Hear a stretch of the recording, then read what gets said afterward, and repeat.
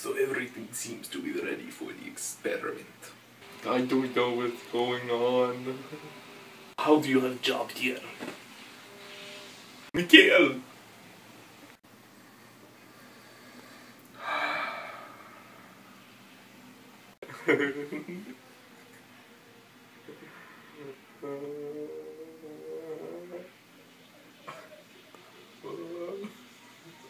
You see, in Motherland, sometimes turbine lose power, so we cut in power to see how long turbine can spin, so we know how long we can get power.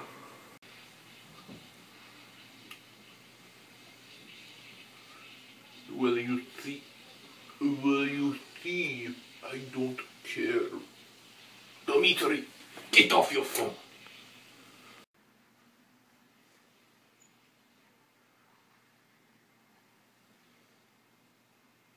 This is Mikhail Gorbachev, and Dmitry, I put you in charge of Chernobyl for a reason.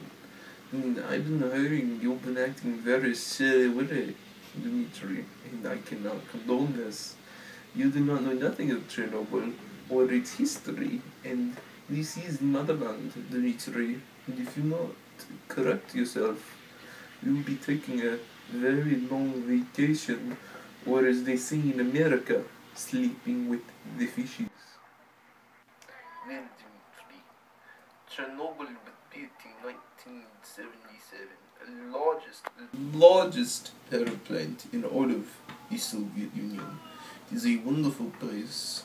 It makes me proud to be the best supreme leader we've had. To date, we have built 4 reactors, beautiful reactors, with all this glorious electricity. Each reactor is capable of supplying 1,000 megawatts of electricity. 10% of the power in our beautiful Soviet Union comes from this wonderful place. Okay, Dmitry, I want this experiment to be better than last year. I paid a little money for these turbines, and these turbines better fix the problem. I do not want any more power outages in our great country, and if you don't help me with this, we'll have to do very silly willy things to you. I'm expecting a lot of things from you, Dmitry. A lot of things. Goodbye, comrade.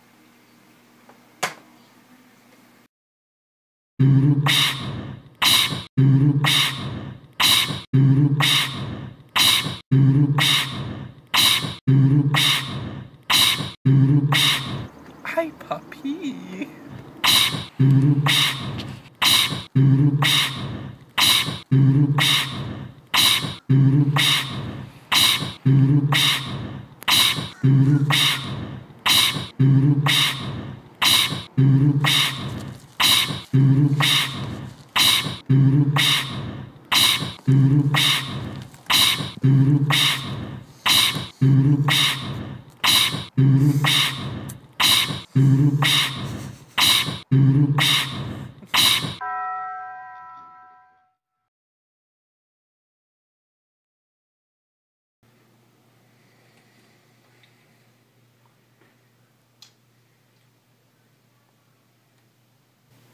Is everybody ready to begin the experiment? Da! Turn on the power. Da! Turn on the turbines. Da!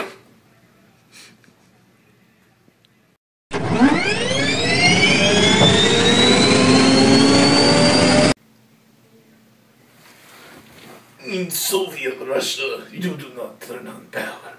Power turn on you.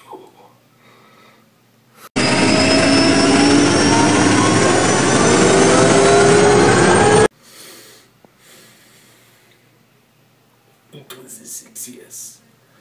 Turbine was success. It is spinning. Turbine.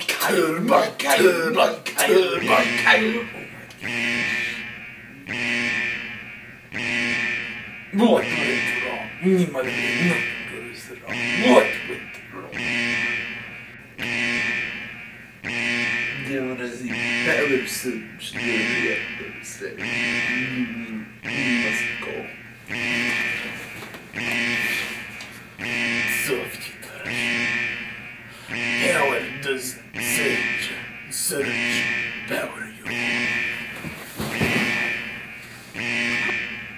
All of you, get back on there. We need to fix the reactor. We do not. It will explode. Come here. Come back now.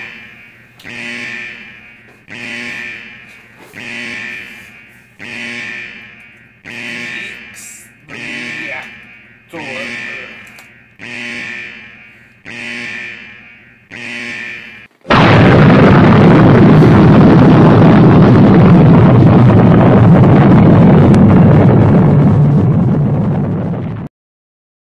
Do you love apples, Timmy? I love apples, Timmy. Do you like water, Timmy? I love water, Timmy! Then you love apple juice!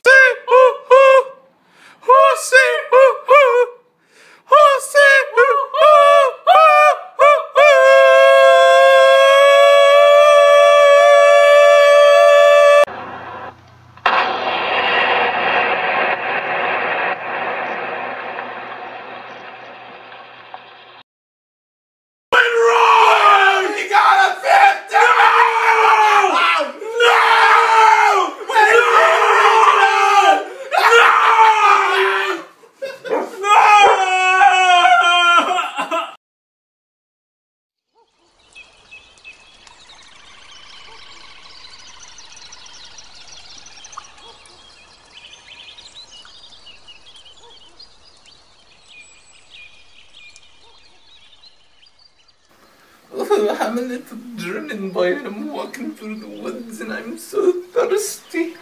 I need some water. Oh, what is that? Is this water? I don't know, I should drink. Let me drink some. I'm so thirsty.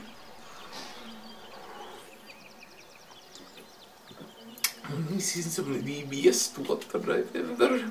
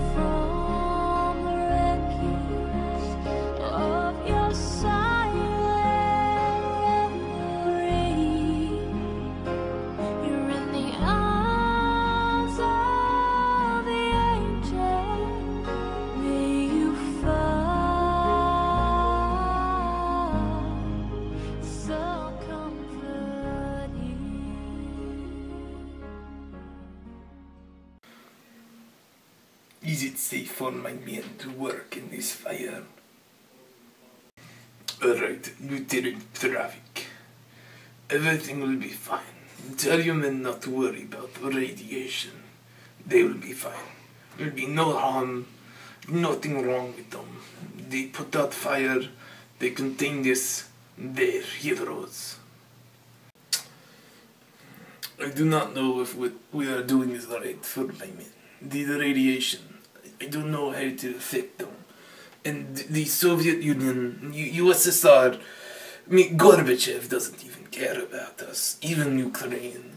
Maybe the US will happen like they did with Europe during World War II and after, with the Marshall Plan, and how they gave lots of money, very, very much money, to Western Europe, and Eastern, and lots of Europe.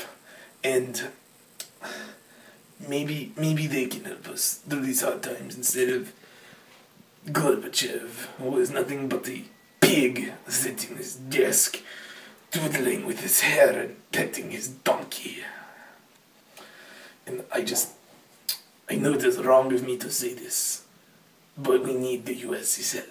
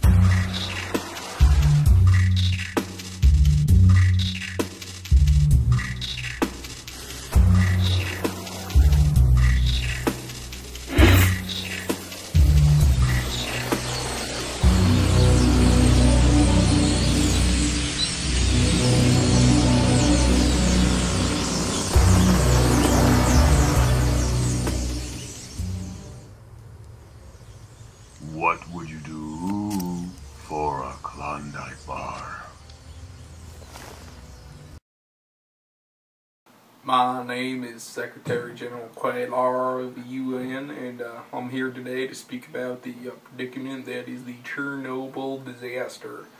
It has devastated Eastern Europe and many of the Slavic and Germanic people and their homes, lives, and everything they know and love. A nation's handling of nuclear energy has once again proven detrimental to the citizens of this planet Earth. Unfortunately, this time it has caused more havoc than could ever be foreseen and more than we could ever imagine.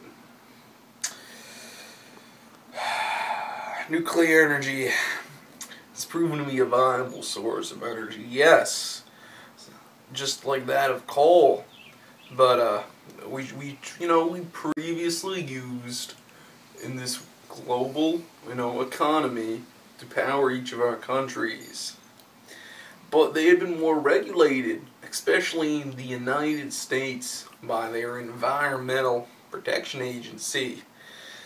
And just as these coal plants, we must enact regulations upon these nuclear power plants so we don't have Hiroshima v3.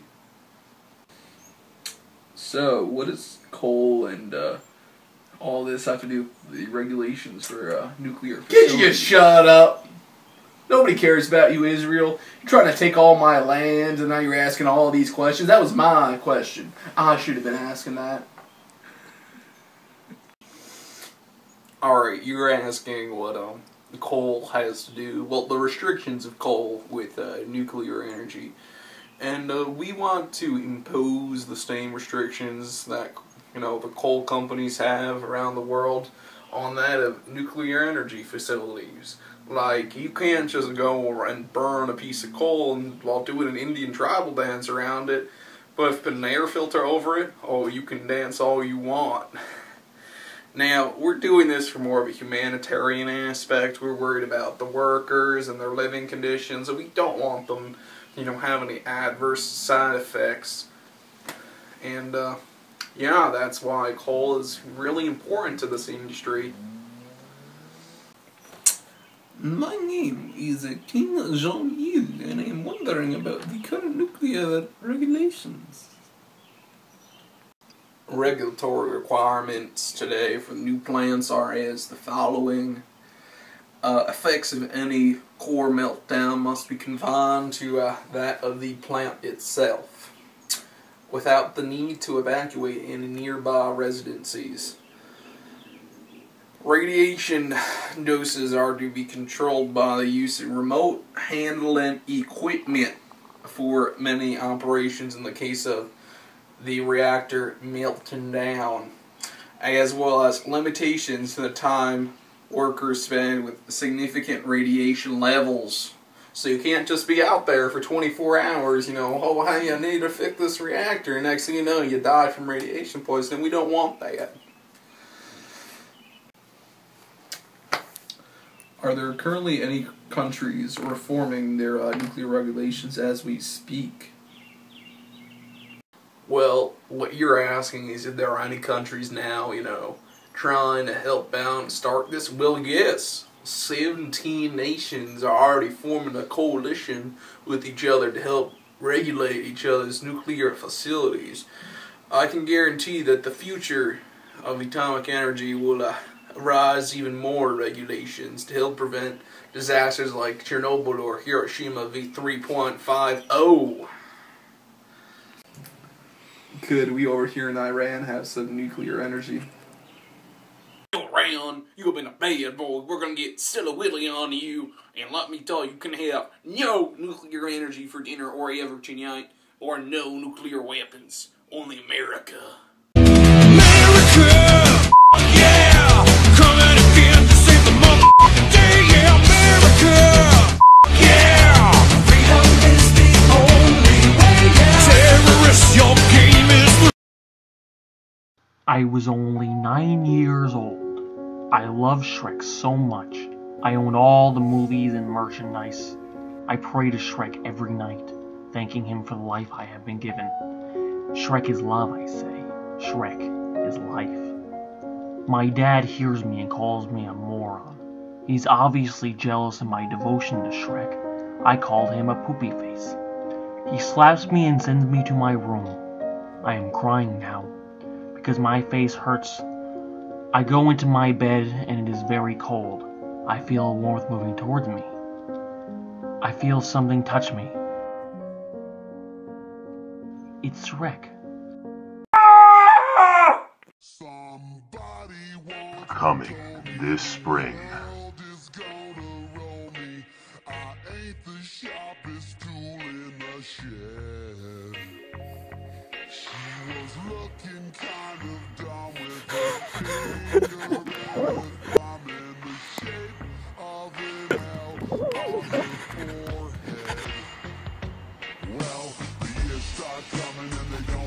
Where are they coming from?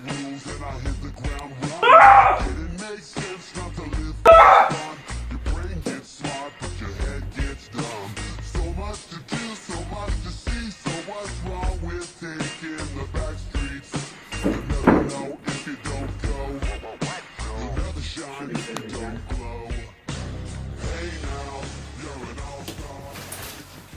It's all over now. Hey now, you're a rock star. Get the show on, get paid.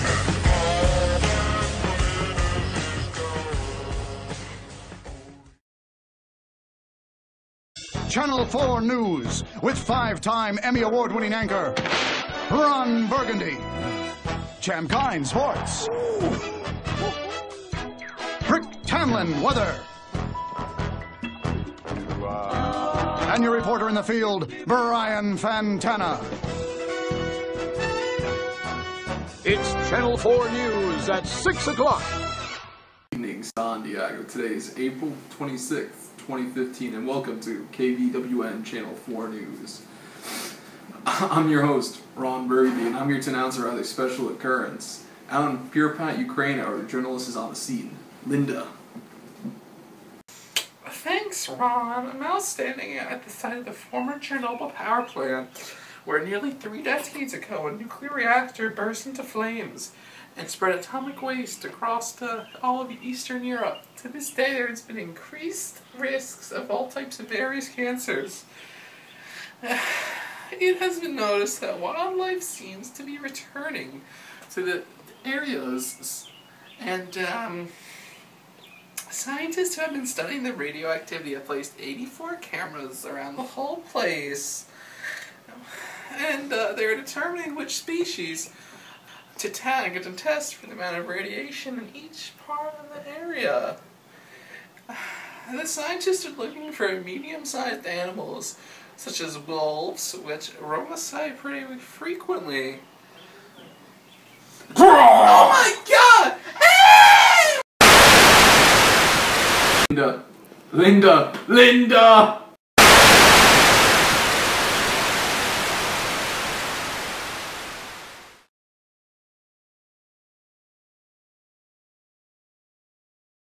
I am going to take a wrecking ball to the entire edifice of history. I am going to dismantle all the historical stereotypes of these manly men who go to war. Cracker knew herself to be with child. She was delivered and gave birth to a boy who was sprinkled with water and named Ivar.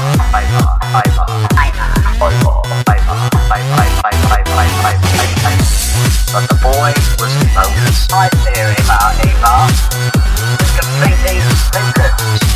He had only the like of bristles where bones should have been. Stupid. And wherever he went, Ivar had himself carried along by means of staves, since he could not walk. Now, my theory about Ivar was completely stupid.